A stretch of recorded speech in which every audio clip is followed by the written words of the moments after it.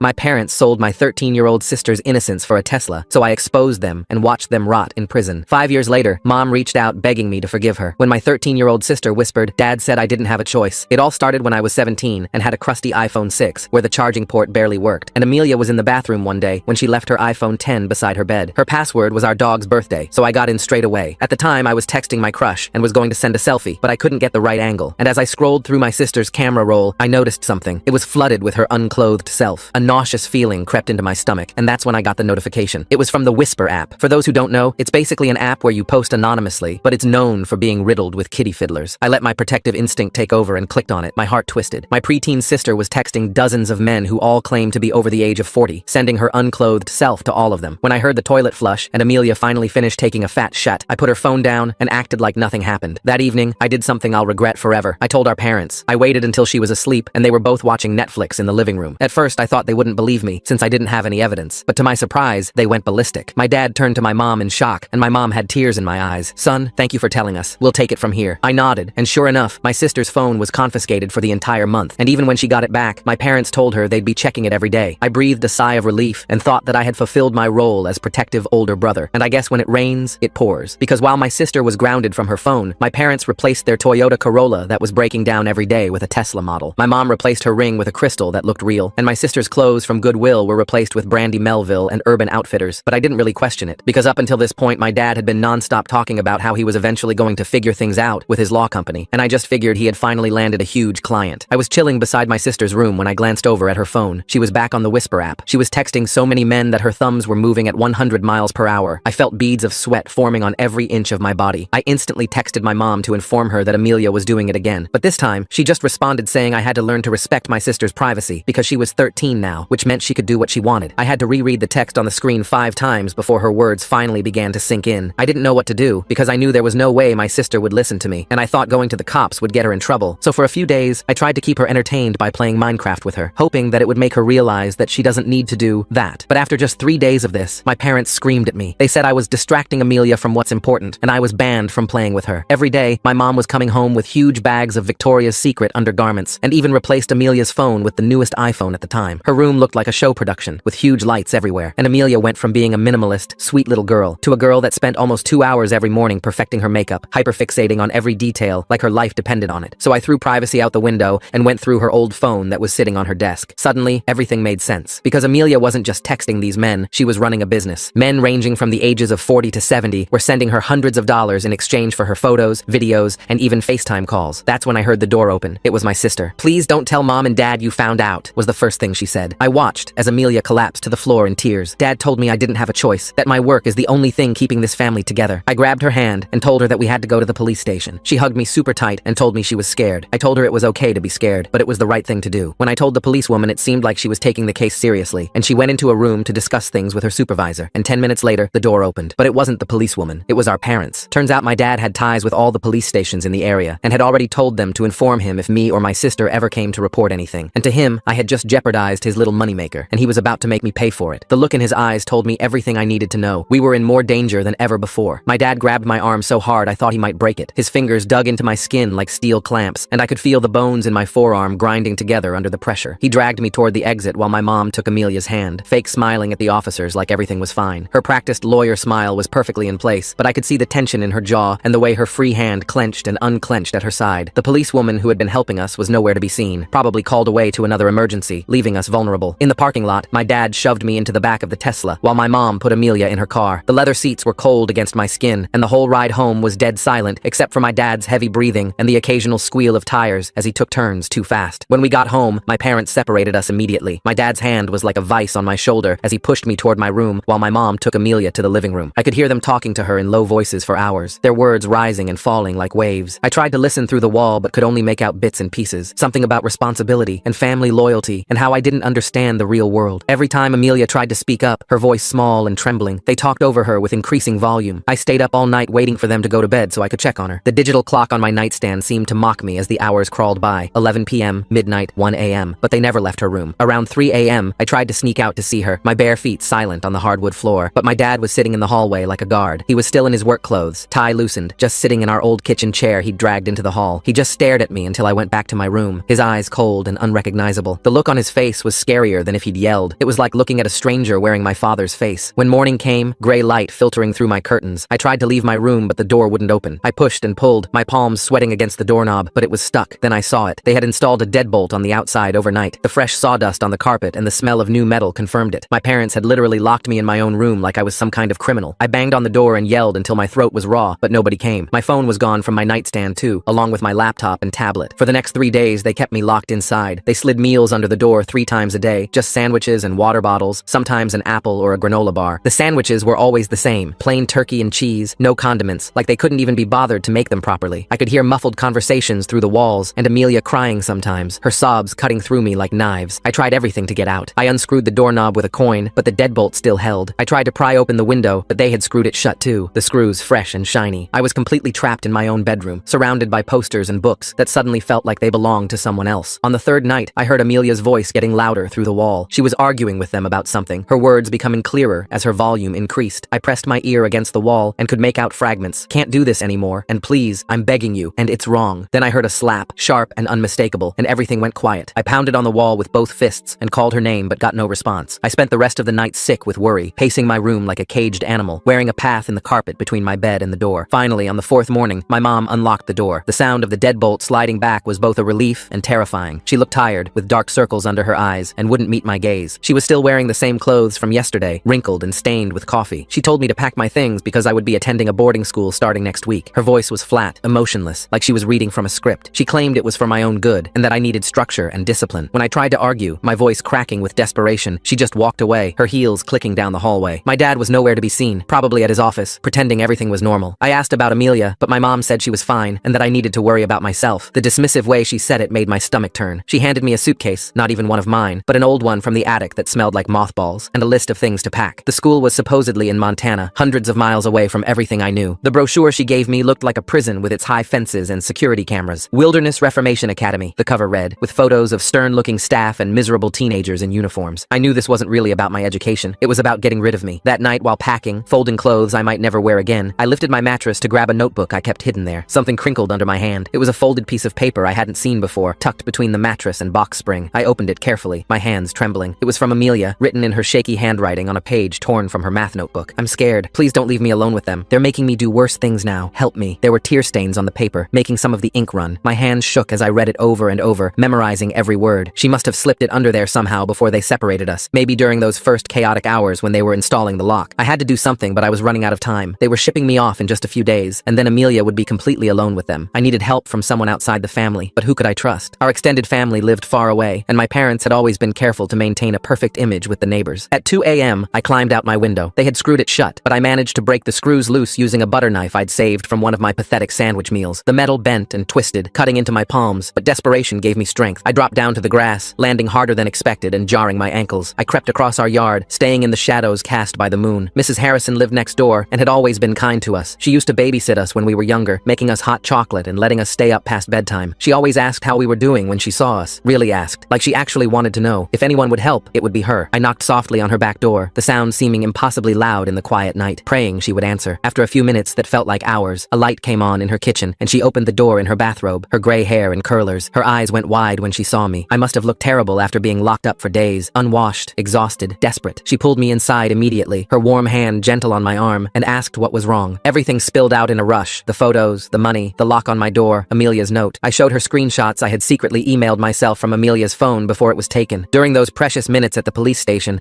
I'd sent them to an old email account my parents didn't know about, one I'd created years ago for a school project. Mrs. Harrison's face went pale as she scrolled through the evidence on her tablet. She kept shaking her head and muttering about how she knew something was off with my parents lately. All those expensive purchases, the new Tesla, my mom's designer bags, the sudden home renovations, had made her suspicious. She'd mentioned it to her husband, wondering if they'd gotten an inheritance or something. She called her daughter Angela right away, even though it was the middle of the night. Her hands shook as she dialed, and she had to try twice to get the number right. Angela worked at a non-profit for exploited children and knew exactly what to do. Within hours, as dawn was breaking, a social worker arrived at Mrs. Harrison's house. Her name was Michelle, and she had kind eyes, but a serious expression. She wore jeans and a sweater, like she'd thrown on whatever was closest when she got the call. She took notes as I told her everything, asking detailed questions about dates and times, her pen moving quickly across her notepad. But when Michelle went to our house with the police later that morning, my parents had coached Amelia perfectly. I watched from Mrs. Harrison's window, my heart sinking with each passing moment, as they all stood in our driveway. The morning sun made everything look normal, peaceful even. Amelia denied everything, saying I was making it up because I was jealous of her new clothes and phone. She even smiled and laughed, playing the part of a happy teenager without a care in the world. The performance was flawless. She'd learned from 2 lawyers how to lie convincingly. My parents presented themselves as concerned, loving guardians, worried about their troubled son who was creating drama for attention. The social worker left with promises to follow up, but I could tell from her body language that she was doubting my story now. My parents were good at manipulation. They were both lawyers after all, trained in the art of persuasion. They knew exactly what to say and how to act, what clothes to wear to look respectable, but not too wealthy. As soon as the cars pulled away, my dad looked directly at Mrs. Harrison's house. He knew where I was, and the look he gave was a clear threat. I couldn't go back home now. Mrs. Harrison said I could stay with her, setting up the fold-out couch in her den, but we both knew my parents would come for me eventually. I was a minor, and they were my legal guardians. The law was on their side unless I could prove what they were doing to Amelia, but she was too scared or too brainwashed to tell the truth. Years of being the good daughter, of wanting to please them, had made her the perfect victim. That night I couldn't sleep, tossing and turning on the unfamiliar couch. I used Mrs. Harrison's computer to research what to do. I created anonymous accounts on parenting forums and described the situation without using names or identifying details. The responses poured in within hours. Hundreds of people urged me to document everything and contact specific organizations. Some shared their own horror stories of family exploitation, tales that made me realize how common this kind of abuse really was. One message stood out from the others. A woman claiming to be a retired family court judge gave detailed advice about recording conversations and gathering evidence legally. She explained recording laws in our state. We were in a one-party consent state, meaning I could record conversations I was part of. She said what would hold up in court versus what would be dismissed as hearsay. She said I needed concrete proof, not just accusations. Audio recordings would be key, along with any financial records I could obtain. I spent the next day planning while Mrs. Harrison went about her routine, trying to act normal in case my parents were watching. She brought me meals and checked on me regularly, her face creased with worry. I found an old MP3 player in her garage, buried in a box of her son's things from high school. Her son had left it behind years ago when he went to college. It still worked and had a recording function with surprisingly good quality. I tested it several times to make sure the audio was clear, recording myself reading from a book and playing it back. I hid it in my pocket and practiced turning it on without looking, memorizing the exact sequence of buttons. Before going back, I prepared myself mentally. Mrs. Harrison let me borrow her phone to text my parents, pretending I was ready to come home and apologize. I wrote and rewrote the message a dozen times, trying to strike the right tone of defeat and submission. They were suspicious at first, my dad sending terse one-word responses, but eventually, they agreed to let me return. They probably figured it was better to have me where they could control me than out in the world where I might cause more trouble. My dad said he would pick me up that evening after work. My dad barely spoke during the drive home, his jaw clenched tight. The silence was oppressive, broken only by the hum of the electric engine and the sound of other cars passing. When we arrived, my mom hugged me like nothing had happened, her perfume overwhelming. She said she was glad I had come to my senses and that we could put this whole unfortunate incident behind us. Amelia was in her room with the door closed. They wouldn't let me see her, saying she was busy with homework and needed to concentrate, but I could hear the fake camera shutter sounds from her phone, that artificial click that had become the soundtrack to our nightmare. At dinner, my parents acted normal, talking about the weather and asking about school like I hadn't been locked in my room for days. My mom had made lasagna, my former favorite, like that would somehow make everything okay, but there was a tension underneath everything, like a wire stretched too tight. I kept the MP3 player recording in my pocket the whole time, my hand occasionally brushing against it to make sure it was still running. After we ate, my dad asked to speak with me privately in his office. This was what I had been waiting for. He closed the heavy oak door and turned to face me. His whole demeanor changed instantly, the mask dropping. He grabbed my shoulders and squeezed hard, his fingers finding the exact spots that were still tender from before. He told me I had no idea what I'd almost cost the family. His voice was low and dangerous as he explained that Amelia's work was the only thing keeping us afloat. Without it, we'd lose the house, the cars, everything. He said I was being selfish and naive, that I didn't understand the sacrifices parents had to make. I asked him how he could do this to his own daughter, my voice barely steady. That's when he really lost it. He shoved me against the wall, my head hitting the bookshelf behind me, and said I didn't understand how the world worked. He said Amelia was smart and mature for her age, and that she was choosing to help the family. He claimed other kids her age were doing far worse things, substances, violence, actual prostitution, and at least she was safe at home where they could protect her. The mental gymnastics were staggering. The threats got more specific. He said if I interfered again, he would make sure I was sent somewhere I'd never be found. He mentioned boarding schools that were more like work camps, places in Utah and Montana where troubled kids disappeared for years, places where they broke you down and rebuilt you into someone compliant. He said he had connections everywhere through his law practice, and nobody would believe a delinquent teenager over 2 successful lawyers. My mom walked in then, closing the door behind her, and backed him up completely. She started guilt-tripping me about how Amelia's work was paying for my future college. She pulled out bank statements showing the college fund they'd started, the numbers growing each month. She said they were building a nest egg for both of us, and that I was being ungrateful. She claimed they were protecting Amelia by monitoring everything and keeping her safe from real predators who might hurt her. In their twisted logic, they were the heroes of this story, protecting their daughter while securing our family's future. The mental gymnastics were insane, but they seemed to really believe their own lies. For the next 3 days, I pretended to accept my fate. I acted defeated and stopped asking about Amelia. I went to school like normal, keeping my head down in classes, and came straight home. But I was recording everything, every conversation, every threat, every admission. The MP3 player was filling up with evidence, and I had to delete old music files to make room. I also took photos of the bruises my dad left on my arms, purple and green marks in the shape of fingers. I snuck into Amelia's room one night when my parents were asleep. Their bedroom was at the other end of the house, but I still moved like a ghost, avoiding every creaky floorboard I'd memorized over the years. She was awake, staring at her phone in the dark, the screen's glow making her face look ghostly. When she saw me, she started crying silently, tears streaming down her face. She showed me her phone. The messages were worse than before. The men were getting more demanding, some asking for videos now instead of just photos. Some were threatening to expose her if she didn't send more content, saying they'd send the photos to her school or post them online. She was trapped between them and our parents, with no good options. She told me our dad had increased her quotas. She had to make a certain amount each week, $5,000 minimum, or he would get angry. He had spreadsheets tracking everything, treating her like a business. He had even hired someone to edit her photos to make them look more professional. Some creep he found online who specialized in this kind of thing. Our mom was managing her wardrobe, buying specific outfits the men requested, and teaching her how to pose to look older. She'd bookmarked makeup tutorials for aging up young faces. It was a sick family business, and they had convinced themselves it was normal, just another revenue stream like dad's law practice or mom's consulting work. 3 days before I was supposed to leave for boarding school, everything came to a head. During dinner, another family meal where we all pretended everything was fine, Amelia suddenly broke down. She threw her phone across the room, the case cracking against the wall, and screamed that she wanted it to stop. She said she felt dirty all the time and couldn't sleep anymore without nightmares. She begged our parents to let her be a normal kid again, to let her delete the apps and go back to her art and her friends. The raw pain in her voice was heartbreaking, years of suppressed trauma pouring out at once. My mom immediately sent her to her room, her voice sharp and cold, while my dad grabbed my arm hard enough to leave new bruises over the old ones. He dragged me to the garage, past the Tesla and the new riding mower they'd bought with Amelia's money. He told me this was my last chance to fall in line. He said if I didn't support the family, I wasn't part of the family. His grip was so tight, I thought he might actually break my wrist this time. I could see he was losing control of the situation, and that made him dangerous, like a cornered animal. That night, I knew I had to act fast. I used Mrs. Harrison's phone to call the nonprofit directly. Angela answered even though it was past 10 p.m., her voice alert despite the hour. I played her all the recordings from my MP3 player, holding the phone up to the tiny speaker. The evidence was undeniable. My parents admitting to everything, threatening me, discussing quotas and payments like Amelia was a product instead of their daughter. Angela said she would handle it personally and told me to keep Amelia safe if I could. She said she was calling in favors and pulling strings to fast-track this. The next morning, my parents were preparing to drive me to boarding school. My suitcase was already in the car, and they were rushing me to leave before I could say goodbye to Amelia. My mom kept checking her watch, saying we needed to make our flight. That's when 2 caseworkers arrived with a court order for emergency custody removal. Angela had worked through the night to get it, calling judges at home and presenting the evidence. My parents tried to refuse entry, my dad using his lawyer voice to demand warrants and threaten lawsuits, but the workers had already contacted law enforcement. As officers arrived, their presence making everything suddenly real, my dad tried to claim the recordings were edited. He said I was tech-savvy and had manipulated the audio using software. He pointed to the bruises on my arms and said they were from sports, even though I hadn't played anything in months and everyone knew it. My mom cried perfectly on cue and said we were destroying our family over a misunderstanding, that they were good parents who had made some poor financial decisions but never hurt their children. They were convincing liars, but the evidence was too strong. That's when Amelia finally found her courage. Maybe it was seeing the police and knowing she was safe, or maybe she just couldn't pretend anymore. She came out of her room, still in her pajamas, looking so young and vulnerable. She told them everything, how it started when she was 12, just modeling photos, they said, how it escalated slowly, so slowly she didn't realize how bad it had gotten until it was too late. She explained what they made her do, how much money was involved, how they told her she was saving the family. She showed them the messages on her phone and the banking apps our parents used. Her voice was small but steady as she spoke her truth, and I had never been prouder of her. The officers separated us from our parents while they investigated. We watched from the back of a police car as they led our parents away in handcuffs, our mom still crying and our dad stone-faced. We were placed with our Aunt Sarah from our mom's side, who drove 2 hours to get us that same day. She lived in a small town where nobody knew our family's reputation. She had no idea what had been happening. My parents had isolated us from extended family, claiming everyone was too busy to visit. She was horrified when she learned the truth, crying as she held Amelia and promised to keep us safe. During the investigation, more evidence emerged. The forensic team recovered deleted messages from cloud backups, showing the full extent of the operation. There were conversations going back 2 years, thousands of messages my parents thought they'd erased. Bank records revealed large deposits from dozens of men across the country, some international transfers too. Some of Amelia's photos had been sold on websites overseas, distributed beyond what even my parents knew. The scope was bigger than even I had realized. My parents had turned their daughter into a product, packaging and selling her innocence to the highest bidders. The legal process took months. My parents tried various defenses through their high-powered lawyer friends. First, they claimed they were protecting Amelia by monitoring her online activity, that they'd discovered she was taking photos on her own and stepped in to supervise. When that didn't work, they said they were desperate and about to lose everything, that the economy had destroyed Dad's practice. They painted themselves as victims of circumstance who made a terrible mistake under pressure. Their lawyer argued for leniency based on their previous clean records and standing in the community. But the prosecutor had recordings of my dad threatening me and admitting to everything. They had documentation fraction of the emotional and psychological damage to Amelia from court-appointed therapists. Child exploitation experts testified about the long-term trauma this kind of abuse causes, how it rewires young brains and destroys trust. The judge, a woman with daughters of her own, saw through all their excuses. Both of my parents were convicted on multiple counts and sentenced to prison. 8 years for my dad, 6 for my mom. Throughout everything, I testified about finding the initial evidence and trying to protect my sister. It was hard reliving those moments in court, seeing my parents in orange jumpsuits, but I knew Amelia needed me to be strong. She was getting intensive counseling and support to heal from the trauma. Some days were harder than others. She would have nightmares or panic attacks when she saw older men who looked like the ones from the app. She couldn't stand the sound of camera shutters and would freeze when anyone tried to take a photo, even innocent family pictures. Our Aunt Sarah was amazing through it all. She took time off work to be there for every court date and therapy session, never complaining about the disruption to her quiet life. She turned her guest room into a safe space for Amelia, painting it in soft lavender and filling it with books and art supplies. She never pushed us to talk, but was always there when we needed her, often just sitting quietly while we processed everything. She helped us learn what a real family was supposed to be like. Supportive without conditions, protective without control. Slowly, Amelia started to heal. She deleted all social media and focused on school and real friendships. She joined the art club and discovered she loved painting, especially watercolors of landscapes, places far away from cameras and phones. She started volunteering at an animal shelter, finding peace in caring for creatures who loved unconditionally. She was returning to the sweet minimalist girl she once was before everything happened, but stronger now. Sometimes I would catch her humming while she painted, old songs our grandmother used to sing, and it was the most beautiful sound in the world. We both learned to trust again, knowing we had saved each other. I learned that being a protective older brother meant more than just keeping secrets. It meant fighting for what was right, even when it was scary, even when it cost everything. Amelia learned that she was worth more than what those men paid for her photos. She was worth everything just by being herself, her kindness, her creativity, her resilience. We learned that family isn't about blood or obligation, but about choosing to protect and support each other. Our parents' house was sold to pay for legal fees and restitution. We didn't want anything from it anyway. Too many bad memories soaked into those walls. Sarah helped us pack up our old rooms on a gray autumn day, keeping only what really mattered. Photo albums from before everything went wrong, Amelia's art supplies, my books, small treasures from a childhood that ended too soon. I found the note Amelia had left under my mattress and gave it back to her. She read it once, then burned it in Sarah's fireplace, watching the smoke carry away that desperate plea. She hugged me and said I was the best brother in the world, and for the first time in years, I actually believed it. The next few months were rough, but we were finally free. Sarah's house became our sanctuary, this little 2-story place with a big backyard and a vegetable garden she tended every morning. She set us up with new routines that felt normal for the first time in forever. Amelia went to the local middle school where nobody knew our story, and I finished my senior year at the high school down the road. We ate dinner together every night at 6 p.m. sharp, talking about regular stuff like homework and what was on TV. But the legal stuff wasn't over. The prosecutor called me constantly with updates and questions. They found more victims. Turned out my parents had been coaching other families to do the same thing with their kids. My dad had been running seminars disguised as financial planning for families, where he taught desperate parents how to exploit their children online. The FBI got involved when they traced payments across state lines. I had to testify 3 more times, each time seeing my parents get thinner and grayer in their jumpsuits. Amelia struggled with the therapy at first. She'd sit in Dr. Michelle's office for full sessions without saying a word, just drawing in her notebook. The therapist was patient though, never pushing, just being present. After about 2 months, Amelia finally started talking. First, just about small things like how she missed our old dog who died the year before. Then gradually about the photos and the men and how dirty she felt all the time. Some nights she'd wake up screaming and Sarah would sit with her until dawn,